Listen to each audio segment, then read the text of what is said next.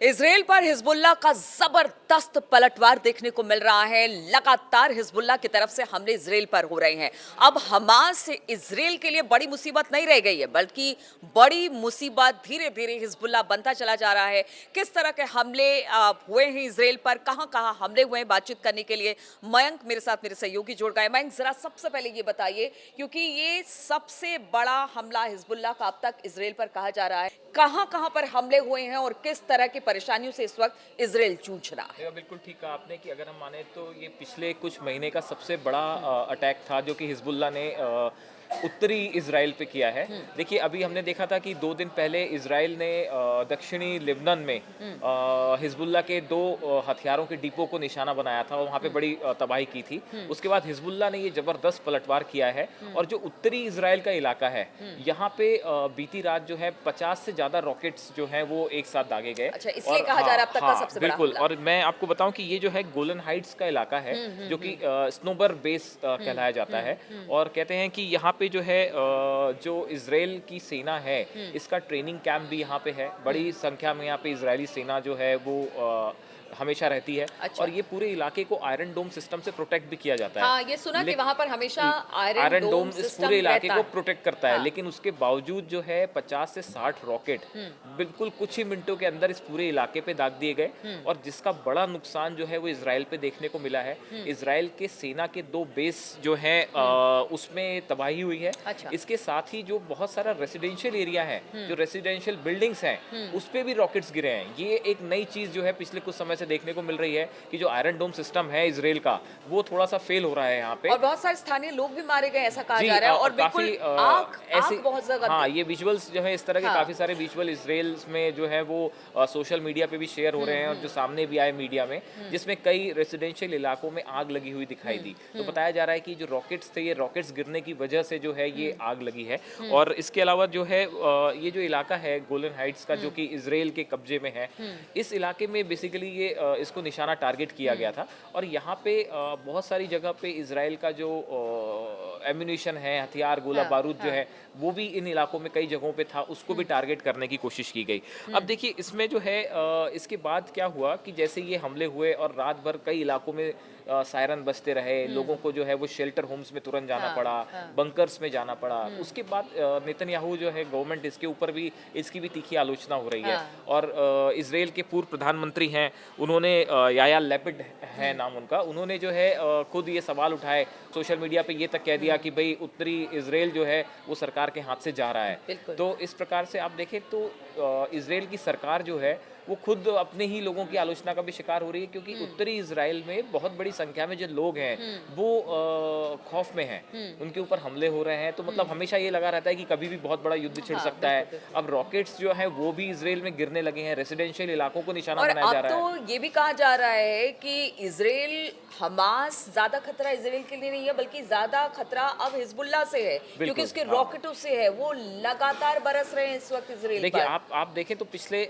7-8 महीने में ऐसा बताया जाता है कि हिजबुल्लाह के करीब 400 लड़ाके जो हैं वो इजराइल ने मारे हैं। तो उसके बदले जो है अब हिजबुल्लाह और अभी जो उनके कमांडर थे उनकी हत्या, फौज शुक्र, उनकी हाँ। हत्या के बाद जो है अब बहुत ही आक्रामक हो गया हिजबुल्लाह। बिल्कुल, और बिल्कुल। नसरल्लाह जो है उनके लीडर जो है उन्होंने बिल्कुल एकदम ताबड़तोड़ हमले शुरू कर दिए हैं। और ईरान, देखिए आप, ईरान बल्कि पीछे है युद्ध में। अभी तक ईरान से जैसा उम्मीद की जा रही थी, ऐसा बताया जा रहा था कि भाई ईरान फौरन युद्ध शुरू कर देगा, लेकिन ऐसा नहीं हुआ। और बताया जा रहा है कि एक बड़ी स्ट्रेटेजी के तहत जो है वो, जैसा हम पहले इस पे चर्चा कर चुके हैं कि जो प्रॉक्सीज हैं हिजबुल्लाह उनको जो पहले है, एक्टिव किया। हाँ इसमें, और उसमें भी जैसे हुती है, हिजबुल्लाह है, तो उसमें भी अभी कमान जो है फिलहाल हिजबुल्लाह ने संभाल रखी है। और रॉकेट से, मिसाइल से लगातार हमले हो ही रहे हैं। इसके अलावा फिदाइन अटैक भी। तो कुल मिला के पिछले 24 घंटे में इजराइल के ऊपर जो है ये हिजबुल्लाह का बड़ा हमला था।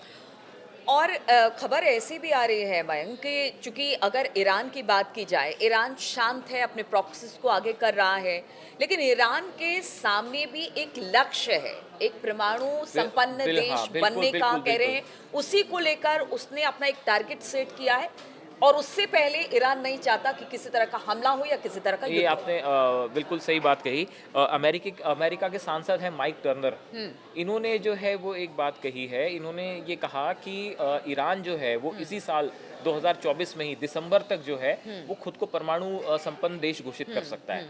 अगर ऐसा होता है तो ये वाकई एक बहुत बड़ी घटना रहेगी, क्योंकि अगर कोई भी कंट्री जब अपने आप को परमाणु न्यूक्लियर वेपन स्टेट घोषित करता है तो इसका पूरे इलाके पे बहुत बड़ा असर होगा। हाँ। और ये इनफैक्ट आप ये कह सकते हैं कि इस पूरे इलाके की जो राजनीति है, कूटनीति जो है वो पूरी बदल जाएगी अगर ईरान ये करने में सक्षम होता है। अब देखिए 2015 में ईरान ने जो है, ईरान की अमेरिका के साथ एक प्रकार का समझौता हुआ था। हाँ। उसमें ये था कि ईरान ने जो है वो अपना परमाणु कार्यक्रम रोकने का फैसला किया था और बदले में जो ईरान के ऊपर सैंक्शंस लगे थे वो कम कर दिए गए थे। लेकिन ये बात ज़्यादा दिन तक चल नहीं पाई और 2018 में बताया जाता है कि ईरान ने फिर से जो है अपना न्यूक्लियर प्रोग्राम जो चल रहा और था इसके लिए बाइडेन को ही जिम्मेदार ठहराया जाता है, वो क्योंकि बिल्कुल उसकी अब वजह अंदर से ही अमेरिका की उसकी जो आप कह रहे हैं पॉइंट, उसकी वजह ये है कि 2021 में ऐसा बताया जाता है कि जो बाइडेन गवर्नमेंट ने कोशिश की थी कि ईरान के साथ फिर एक बार जो है किसी तरह की डील पे पहुंचा जा सके और ईरान का जो परमाणु कार्यक्रम है उसको आगे बढ़ने से रोका जा सके, लेकिन ऐसा हो नहीं पाया।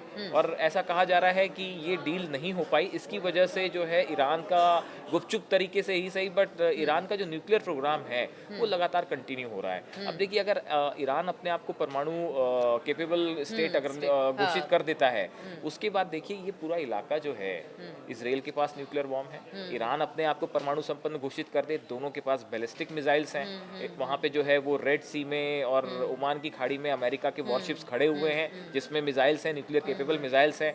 ऊपर रूस जो है वो ऑलरेडी यूक्रेन से युद्ध चल रहा है, उसकी निगाह पूरी ईरान पे है, वो ईरान को सपोर्ट भी कर रहा है। तो ऐसी स्थिति में आप देखिए ये जो पूरा इलाका है मिडिल ईस्ट का जिसकी हम चर्चा कर रहे हैं, ये सिर्फ बात गाजा सीज फायर तक सीमित नहीं रहेगी। ये मामला जो है वो एकदम अगर न्यूक्लियर स्टेट घोषित करता है ईरान तो ये कभी भी जो है किसी बड़ी घटना का रूप ले सकता है। तो इसलिए जो है ईरान अभी और वो आंख दिखाने में सक्षम होगा बड़े बड़े देशों को। बिल्कुल, और ईरान नहीं चाहता कि इस समय मतलब ऐसा बताया, कुछ एक्सपर्ट्स का कहना है ऐसा कि जैसे माइक टर्नर भी कह रहे हैं कि ईरान अभी नहीं चाहेगा कि किसी तरह का युद्ध हो, और युद्ध अगर होता है तो उसके बाद फिर उसका जो न्यूक्लियर प्रोग्राम है इसको ये गड़बड़ हो जाएगा। ये जो प्लानिंग ईरान की अगर है ऐसी और चल रही है, खुद को परमाणु संपन्न देश घोषित करना चाहता है, अगर मान लीजिए वाकई ऐसा है, इसके बारे में कुछ दावा तो नहीं है लेकिन अगर ऐसा है तो हो सकता है कि उसका ये प्रोग्राम डिरेल हो जाए। इसलिए ऐसा कहा जा रहा है, कुछ अमेरिकी सांसद माइक टर्नर ये कह रहे हैं हाँ कि ये स्ट्रेटेजी के तहत ईरान चाहता है कि पहले परमाणु कैपेबिलिटी हासिल की जाए, खुद को घोषित किया जाए, उसके बाद फिर इस मामले को थोड़ा सा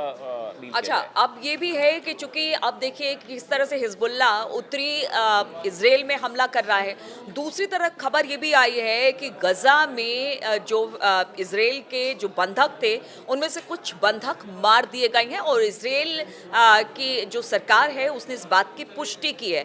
अब आप ये समझ सकते हैं कि दोनों तरफ से यानी हमास और हिजबुल्ला दोनों तरफ से वार चल रहा है और यहाँ पर कोशिश यही की जा रही है कि किसी तरह से इजराइल और जो उनके सहयोग करने वाले देश है उनको तोड़ा जा सके। मयंक, एक तरह से प्रेशर टेक्निक है, कहते हैं कि अभी भी 70 ऐसे इजरायली बंधक है जो गजा के किसी जगह पर इस वक्त बंधक बनाए हुए हैं और उनको मारा भी जा रहा है, यानी प्रेशर टैक्टिक्स यहाँ पर भी। देखिए आपने ठीक ही क्या, शायद यही वजह थी कि अमेरिकी विदेश मंत्री जो एंटनी ब्लिंकन हैं, उन्होंने अभी 3 दिन पहले ये बयान दिया था कि ये आखिरी मौका है कि जो बंधक इसराइल के हैं उनको अगर वापस आपको लाना है तो ये आखिरी मौका है कि आपको सीज फायर की दिशा में आगे बढ़ना पड़ेगा और एक शांति होनी चाहिए। तो शायद एंटनी ब्लिंकन यही कहना चाह रहे थे कि ये मतलब अगर अब सीज फायर नहीं होगा तो ये बंधक जो है ये सब खतरे में होंगे।